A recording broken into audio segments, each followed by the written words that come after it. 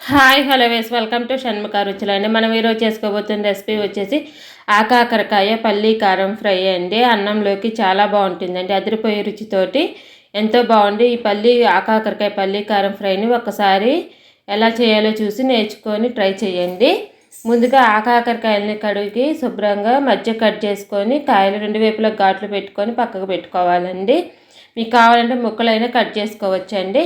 ఇప్పుడు mixie jar తీసుకొని వేయించి చల్లార్చుకున్న పల్లీలు ఒక 4 టీ స్పూన్లు లేక 3 టీ స్పూన్లు, ఒక 3 టీ స్పూన్ల దాకా ఎండు కొబ్బరి లేక పచ్చి కొబ్బరి, ఒక 7-8 వెల్లుల్లిపాయ రెబ్బలు, ఒక హాఫ్ టీ స్పూన్ జీలకర్ర, ఒక 1 టీ స్పూన్ ఉప్పు తీసుకోవాలండి.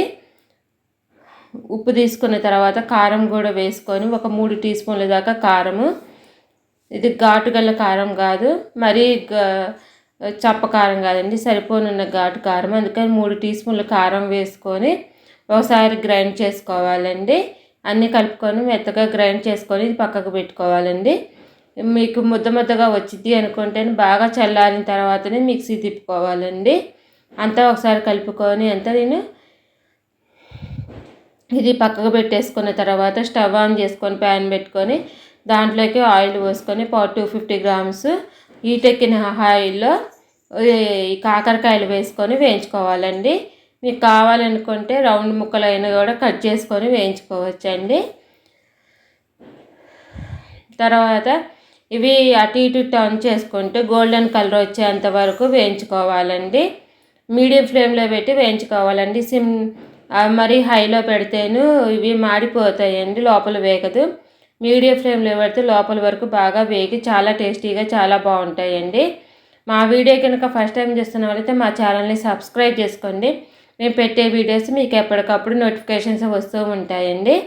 ఎంతో టేస్టీగా ఉండి ఈ ఆకాకరకాయ పల్లీ కారం ఫ్రై అన్నంలోకి చాలా చాలా బాగుంటుందండి.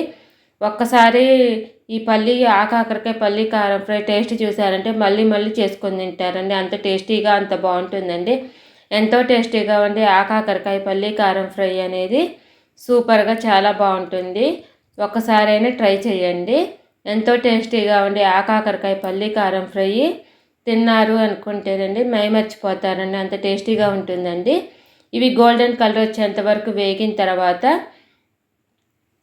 ఒకసారి కలుపుకొని ఈ కాకరకాయలన్నీ తీసి పక్కకు పెట్టుకోవాలండి. ఈ కాకరకాయలన్నీ తీసి పక్కకు పెట్టేసుకున్న తర్వాత ఇంకో ప్యాన్ పెట్టుకొని దాంట్లోకి ఒక 4-5 టీ స్పూన్ల దాకా ఆయిల్ వేసుకోవాలండి. ఒక 4-5 టీ స్పూన్ల దాకా ఆయిల్ వేసుకొని పోపు వేసుకోవాలండి. ఆయిల్ హీట్ ఎక్కాక ఎంతో టేస్టీగా ఉండి ఆకాకరకాయ పల్లీ కారం ఫ్రైని ట్రై చేయడం మాత్రం మర్చిపోమాకండి. ఇప్పుడు హాఫ్ టీ స్పూన్ ఆవాలు, హాఫ్ టీ స్పూన్ జీలకర్ర, హాఫ్ టీ స్పూన్ మినపప్పు వేసుకోవాలండి. వేసుకున్న తర్వాత ముందుగా వేయించుకున్న ఒక 3 ఎండుమిరపకాయలు వేసుకొని వేయించుకున్న తర్వాత ముందుగా వేయించుకున్న కాకరకాయ ముక్కలు వేసుకొని ఇవి పక్కకు జరుపుకొని ముందుగా దంచి పెట్టుకొని ఇంకొక 4-5 వెల్లుల్లిపాయ రెబ్బలండి. ఎందుకంటే ఇలా నూనెలో వేసుకొని వేయించుకుంటే చాలా చాలా కమ్మగా చాలా బాగుంటాయండి, మధ్య మధ్యలో తగులుతూ. ఇప్పుడు ఇవి కలుపుకొని వేగిన తర్వాత ముందుగా మిక్సీ పట్టేసుకున్న పల్లీ కారం వేసుకోవాలండి. ఇది ముందు కావాలనుకుంటేనే ముందు మిక్సీ పట్టేసుకొని ఒక డబ్బాలో స్టోర్ కూడా చేసుకోవచ్చండి.